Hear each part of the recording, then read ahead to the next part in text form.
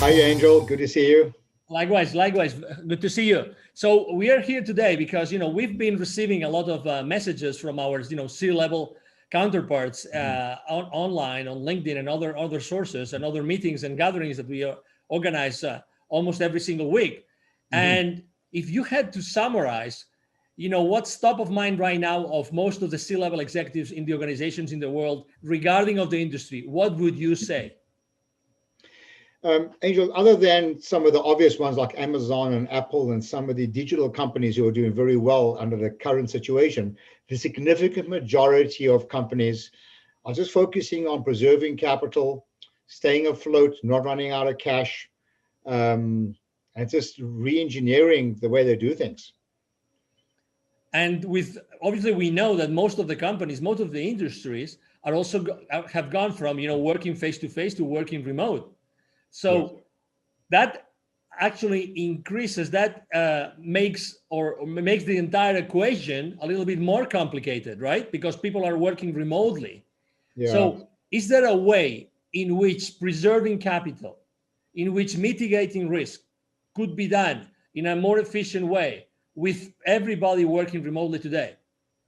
Yeah, I really believe that there is a way of doing this. It's lonely out there. And when people are out there sitting in front of a computer screen on their own, it's very hard to connect what they do to what the shareholders look at. The shareholders are interested in one thing: demonstrate sustainable profits and cash flow, okay, and demonstrate sustainable profits and cash flow, and demonstrate to me how we can stay alive at this point in time. Normally, we're looking at a trajectory. How can we increase profits and cash flow? Today, I think we want to sustain profits and cash flow, but the employees are an extension of the CEO's promise to the board and to the shareholders. So, in answer to your question, people are sitting in front of a computer screen, working from home, maybe working through some kind of virtual connection as we are doing here.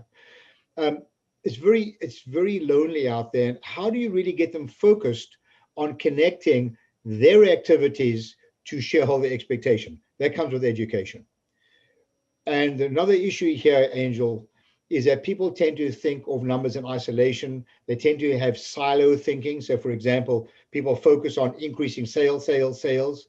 But I like to use the expression, so what? Sales are up and we're busy, but what about operating costs? What about operating capital? What about cash flow?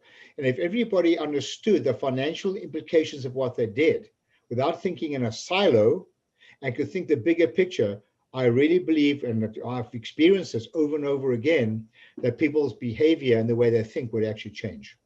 In the last 25 years, you've trained more than 20,000 business operators and Mhm. C-level executives in corporations all Yeah, over the world of many different sizes, many different industries. yeah. If you had to say that's something that they all have in common when you start working with them, what would you say? What would you say you see? Do you think that in the beginning everybody is aware of the consequences of the implications of their decisions on a daily basis? Oh my word. I've tested thousands and thousands and thousands of people across the board, from entrepreneurs to C-level executives to CEOs of companies. And in my experience, non-financial operators and organizations are less than 40% financially literate, even at a basic level. Just what is the role of a P&L, balance sheet, some simple questions. More less than 40% financially literate. Can you imagine if people don't understand the financial implications of what they do and they work in a silo? Can you imagine how much profit is slipping through the cracks? And because basically they don't know what they don't know. It's a huge problem in organizations, Angel, across the board. Let me ask you a tricky question. Yeah. How many people in an organization do have signing power in their bank accounts?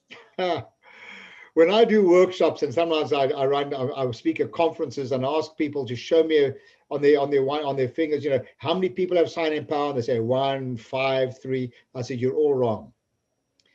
Everybody has signing power on your bank account. Your employees are the custodians of your company's profits, and they are an extension, in effect, of the pen that is signing the checks. The time that check gets signed, it's too late. So what are you going to do? Go back and tell someone, well, I'm not going to pay for this labor cost because we screwed up and had to do a rework on our job, or you overpaid a vendor, or we were inefficient. It's not going to happen. It's too late. You've got to deal with it at the root of the issue, not when you sign the checks. So yeah, everybody should have a clear understanding, especially now when they're working on with limited resources and cash availability.